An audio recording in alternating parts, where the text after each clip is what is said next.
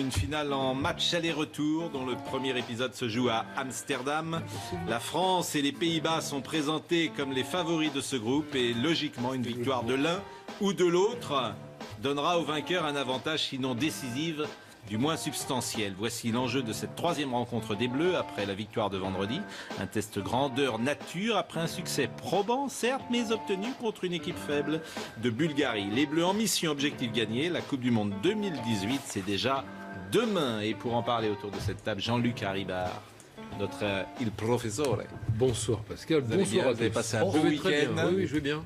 Grégory Schneider est là, comme chaque lundi, de Libération. Bonsoir, messieurs, dames. Salut, camarade Dominique Grimaud, bonsoir. Bonsoir Pascal, bonsoir Gilles à tous. Verdez sera avec nous tout à l'heure. Bien évidemment, François Pinet. Bonsoir Pascal. Et Olivier Le Foll, en direct avec nous de Amsterdam. Olivier qui nous dira dans une seconde, qui nous confirmera que Paul Pogba est bien aligné. Mais avant cela, on va écouter les supporters que Olivier, justement, a croisés et qui ont fait le déplacement à Amsterdam avant ce match de l'équipe de France. Moi, ce que j'attends du match ce soir, c'est que la France gagne, qu'on explose les Pays-Bas ce soir. Pronostic 3-0. Eh bien entendu, une victoire. Hein. On l'attend tous. Petit pronostic 2-1 pour la France. Hein. Ce serait bienvenu pour nous mettre à l'aise. But de Payet, Griezmann. On l'espère. Hein. J'attends une belle victoire des Bleus, des Français, avec des buts. Moi, j'aimerais bien un 4-2. J'attends une victoire parce que c'est important. Si on veut espérer aller en Russie, il faut absolument gagner. Bonsoir Olivier Le Foll. Il y avait une incertitude et on en a parlé durant tout le week-end. C'était la présence ou non de Paul Pogba. Et cette incertitude est levée.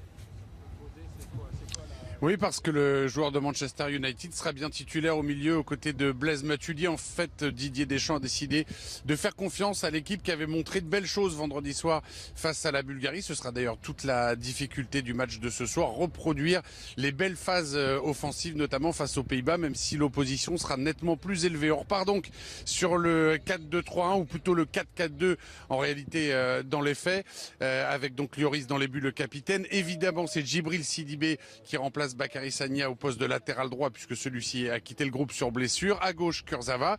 La charnière indéboulonnable, Koscielny Varane. Et puis donc ce milieu, Matuidi, Pogba. Et devant, les GG sont de retour. Le duo Griezmann-Gamero avec à droite Moussa Sissoko, si précieux dans le repli au milieu de terrain. Et Dimitri Payet à gauche. Voilà l'équipe de départ qui va tâcher d'arracher les 3 points de la victoire qui, vous l'avez dit, sont si importants ce soir. On va évidemment parler de Pogba, mais d'abord une vue d'ensemble. Est-ce que ça vous étonne de cette reconstruction, cette reconduite de l'équipe de France? Quasiment la même.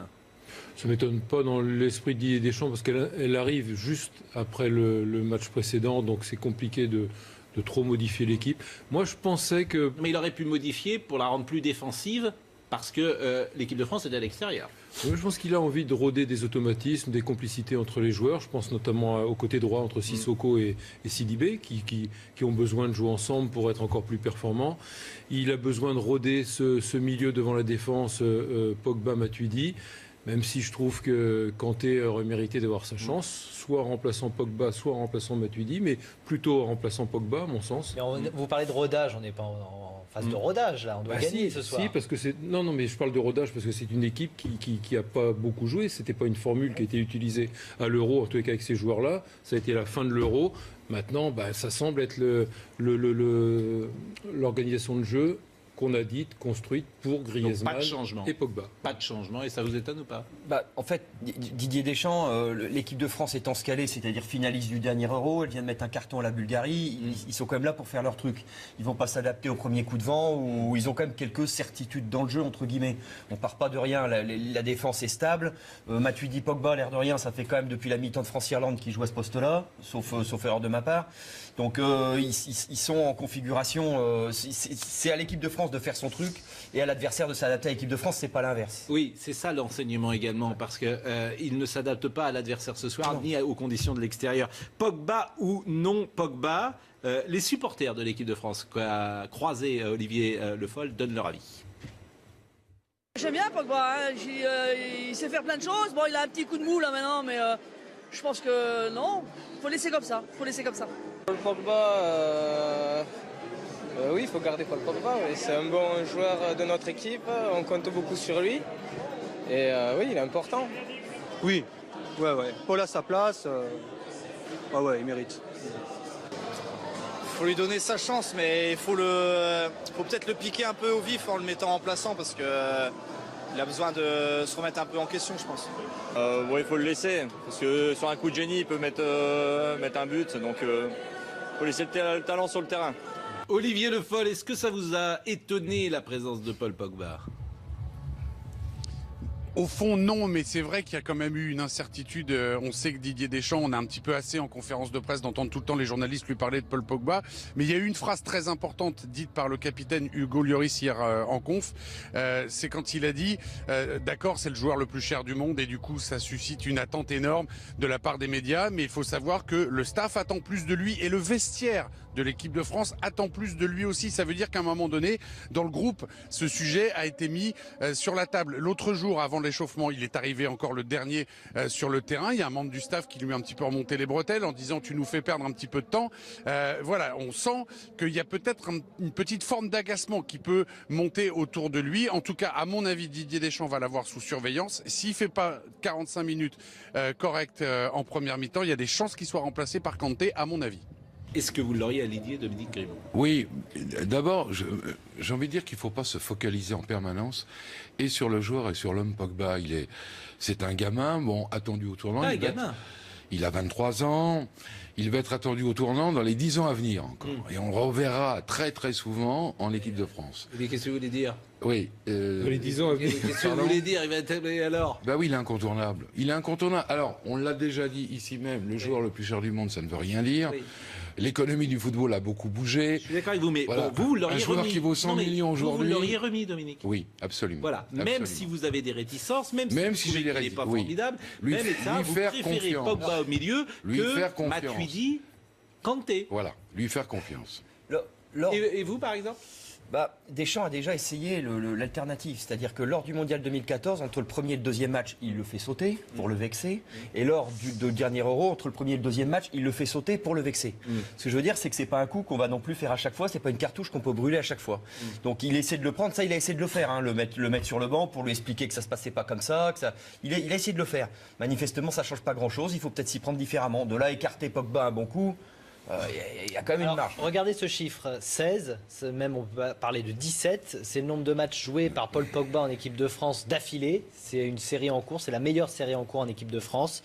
Voilà, il a joué les 16 derniers matchs des Bleus. C'est le seul? Et oui, c'est le seul, la série en cours. Et 17e match ce soir donc de Paul Pogba, puisque Deschamps, comme vous d'ailleurs, comme vous autour de cette table, vous attendez peut-être cet éclair de Paul Pogba ou enfin le grand match en équipe de France. Moi, je l'aurais pas remis, moi. Moi, je l'aurais pas remis. Mais si pour quelle raison? J'aurais pas remis. Vexé? Non. Ou pour insuffisance de performance. Ça, c'est essentiel pour moi. Ça, c'est pas le premier match qu'il rate, mais celui qu'il a joué contre la Bulgarie, il l'a bien raté. Et je trouve que quand il rate un match Pogba, il pénalise Matuidi. Matuidi, ce qu'il sait si bien faire, c'est se projeter vers l'avant. C'est jouer ce rôle de piston, d'être un attaquant supplémentaire, d'être toujours bien placé pour apporter du danger chez l'adversaire. Là, il est obligé, avec un Pogba qui est pas bon, d'assurer le coup derrière. J'ai une lecture, mais inverse. Peut-être que c'est Matuidi qui pénalise Pogba. Peut-être que si vous mettez un Kanté qui défend un peu plus que Matuidi, ça libérerait Paul Pogba. Alors en tous les cas, j'aimerais voir Kanté. Après qu'il soit avec Pogba ou avec Matuidi, il mériterait d'être plutôt avec Matuidi aujourd'hui qu'avec Pogba. Moi, j'aimerais bien voir Kanté en sentinelle. Voilà. Oui, mais vous pouvez pas avoir Kanté en sentinelle si. Non, à deux. Seul. Non, à deux, parce qu'il l'a fait si bien Kanté avec Leicester l'année dernière. Il a joué à deux. Vous parlez pas de la même stratégie là. Oui. Je crois que Dominique il veut un 4-3-3. Toi, tu voulais un 4-3-3. Ouais, je préférerais un 4-3-3. Non, mais il joue très bien dans un 4-3-3. Mais sauf que le 4-3-3, vous le savez très bien, ça ne favorise pas Griezmann. Et aujourd'hui, l'équipe de France, elle est construite autour de Griezmann. Il y a plus de certitude avec Griezmann qu'avec Pogba. Il a joué comme ça toute la saison dernière avec Leicester. Avec Drinkwater, il jouait à deux devant la défense. Pour aller dans le sens Kanté, il a payé quoi? De Jean-Luc, il a payé quoi, Kanté? Il a payé juste une mauvaise mi-temps contre l'Irlande. Et ensuite, il a sauté, puisqu'on a recalé Matuidi et Pogba demi-défensif pour mettre Griezmann. Sinon, il avait fait un excellent Euro. Il a été très bon contre les Roumains. Il a été super contre l'Albanie, alors que c'était le seul qui émergeait. Ce que je veux dire, c'est on lui doit un peu quelque chose. C'est pas une insuffisance de performance durable qui l'a sorti de l'équipe. C'est un agencement qui n'a pas été en sa faveur. Donc, quelque part, je pense qu'il faudra lâcher du grain d'une manière ou d'une autre à Kanté. Écoutons Didier Deschamps quand même. Parce que je trouve qu'il ne ménage pas Paul Pogba publiquement. Si. C'est assez rare que Didier Deschamps Je trouve parle. qu'il est encore Deschamps dans l'attente de Pogba. Mais ça ne durera peut-être pas. Ça durera peut-être avec vous, mais il le dit quand même. Il attend toujours Pogba, mais il va se lasser. C'est ce que vous venez de dire, je crois. Mais on va l'écouter. Il va se lasser. Paul est capable de mieux faire, il doit mieux faire.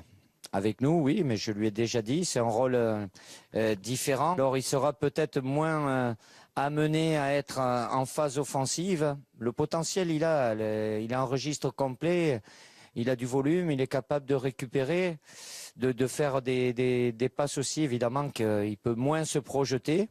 Mais c'est important pour l'équipe, comme ça l'est important aussi pour son club Manchester. Donc à lui de prendre conscience de ça, il en a conscience. Il doit être capable je le répète, de faire mieux. Hashtag 20h-foot, d'accord avec Haribar, assez de l'impunité pour Pogba. Christophe Nodin nous dit cela, vous pouvez donner votre avis. Revue de presse. Et au passage, Didier Deschamps, il souligne qu'il n'est pas assez performant en équipe de France, ni avec son club. Oui. Alors ça, c'était vendredi après le match. Revue de presse, tout le monde lui est tombé dessus. Après cette rencontre, effectivement, on n'a parlé quasiment que de ça, en dehors évidemment de la victoire de l'équipe de France. Mais Pogba était au centre de tout. Il ne manque plus qu'un grand Pogba, c'est ce que disaient nos confrères du Parisien. Dans l'équipe également, Pogba encore un peu juste, où on notait par exemple qu'il avait fait le plus faible pourcentage de passes réussies, mais meilleur taux de duels gagnés.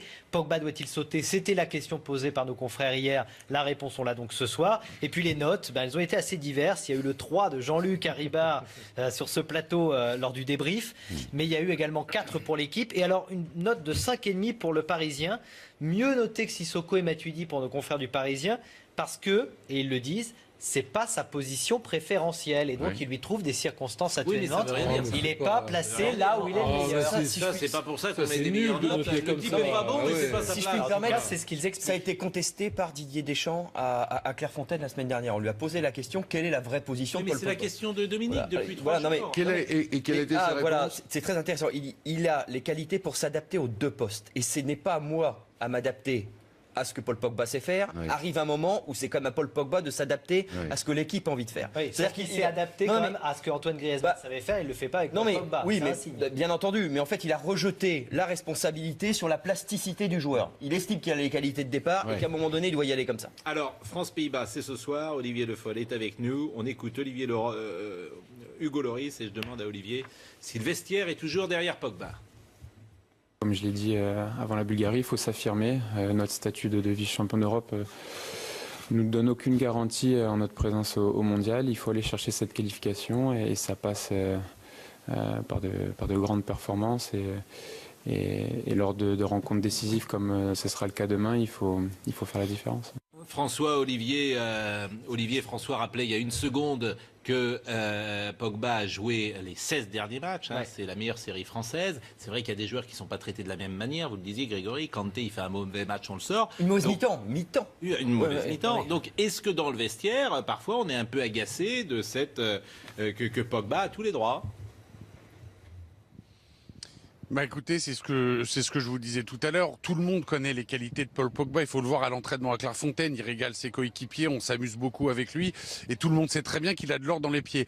Simplement, c'est une force collective, l'équipe de France. Il faut jamais le perdre de vue. Et quand Hugo Lloris nous dit en conférence de presse que le staff de l'équipe de France veut que Paul Pogba donne plus, fasse plus et que le vestiaire en attend plus aussi, encore une fois, ça veut dire que c'est un sujet qui commence en tout cas à venir sur la table dans le groupe de l'équipe de France. Ça veut dire que si Paul Pogba continue de stagner en équipe de France alors qu'il a tellement de qualité, ça va finir par lasser, d'autant que tout le monde adore aussi N'Golo Kanté et que tout le monde loue ses qualités sur le terrain. Merci Olivier, on va parler évidemment des enjeux de cette rencontre avec le groupe de l'équipe de France. On l'a pas encore montré. On est exactement. Et pourtant il est important ce groupe effectivement, puisqu'on rappelle que seul le premier est directement qualifié pour la Coupe du Monde 2018, et il y aura certainement cette lutte entre les Pays-Bas et la France pour cette première place. Les Pays-Bas qui ont fait exactement le même score que les Français vendredi dernier, c'était contre la Biélorussie, une victoire 4-1. Ils avaient fait le mois dernier un match nul en Suède, 1 but partout.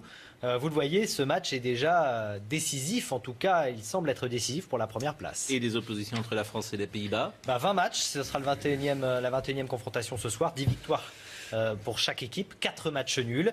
Les Bleus qui ont quand même pris l'ascendant sur ces dernières années. On rappelle le dernier match par exemple, c'était juste avant l'Euro en mars dernier où la France s'était imposée 3-2 avec des buts de Griezmann, de Giroud et de Matuidi et un très bon Dimitri Payet. La dernière défaite aux Pays-Bas remonte à l'Euro 2000 quand ça se passait donc aux Pays-Bas et où les Français avaient perdu en match 3-2. Pour un match sans en 2008. Pour un match en bois. Hein. Non, pour un match sans enjeu. Ouais. Effectivement. On va écouter Blind, l'entraîneur des Pays-Bas. Attention à la France ce soir. Nous devons absolument être concentrés dès l'entame du match. Nous affrontons un adversaire coriace qui a l'habitude des grands matchs.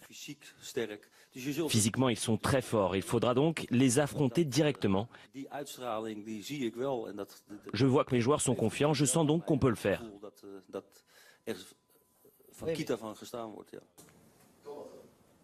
Absolument. Dominique, l'enjeu c'est la première place. Oui, bien sûr. Bien sûr. Cela dit, une défaite serait catastrophique. Un nul ne serait pas un si mauvais résultat que cela. Puisque l'équipe de France pourrait gagner à Paris. Pourquoi vous... Les Suédois sont là. Aujourd'hui, les Suédois sont là. Ils sont quand même à 4 points. Bon, alors, les Suédois ont beaucoup souffert contre cette équipe des Pays-Bas. Ils ont même été... Les Suédois durant l'Euro, on les a eu pas terribles. Oui, mais vous savez... Aujourd'hui, il n'y a plus Zlatan. Oui, mais c'est long. On est sur un rythme de match un peu bizarre. Tous les 2 mois, vous avez un match ou un... Alors, vous avez un match où vous jouez le Luxembourg, autant dire que vous avez 4 mois sans match. Et il faut faire attention quand même à ça. Bon, on a un quiz international désormais. Quand Olivier Le Foll est avec nous, c'est un quiz international puisqu'il va pouvoir participer au quiz. Dans le froid, d'ailleurs, je ne sais pas si vous avez froid ce soir, j'ai l'impression que vous êtes bien couverts. Il fait quoi? Il fait 5 degrés, 8 degrés à Amsterdam? Bon, elle est une petite dizaine de degrés. Il fait froid. Dès que le soleil se couche, ça devient un petit peu piquant. C'est le Nord. Quiz, jingle. Victoire, hein. On l'attend tous. Petit pronostic 2-1 pour la France. Hein. Ce serait bienvenu pour nous mettre à l'aise. Ah bah but de Payet, Griezmann. On l'espère. Hein. J'attends une belle victoire des Bleus, des Français, avec des buts. Moi j'aimerais bien un 4-2. J'attends une victoire parce que c'est important. Si on veut espérer aller en Russie, il faut absolument gagner. Bonsoir Olivier Le Foll. Il y avait une incertitude et on en a parlé durant tout le week-end. C'était la présence ou non de Paul Pogba. Une finale en match aller-retour dont le premier épisode se joue à Amsterdam. La France et les Pays-Bas sont présentés comme les favoris de ce groupe et logiquement une victoire de l'un ou de l'autre donnera au vainqueur un avantage sinon décisif, du moins substantiel. Voici l'enjeu de cette 3e rencontre des Bleus après la victoire de vendredi. Un test grandeur nature après un succès probant, certes, mais obtenu contre une équipe faible de Bulgarie. Les Bleus en mission, objectif gagné. La Coupe du Monde 2018, c'est déjà demain. Et pour en parler autour de cette table, Jean-Luc Haribard, notre il professore. Bonsoir. Poste de latéral droit puisque celui-ci a quitté le groupe sur blessure. À gauche, Kurzawa. La charnière indéboulonnable, Koscielny-Varane. Et puis donc ce milieu, Matuidi, Pogba. Et devant, les GG sont de retour. Le duo Griezmann-Gamero. Avec à droite Moussa Sissoko, si précieux dans le repli au milieu de terrain. Et Dimitri Payet à gauche. Voilà l'équipe de départ qui va tâcher d'arracher les 3 points de la victoire qui, vous l'avez dit, sont si importants ce soir. On va évidemment parler de Pogba, mais d'abord une vue d'ensemble. Est-ce que ça vous étonne de cette reconstruction? Bonsoir, vous avez passé un beau week-end. Oui, je vais bien.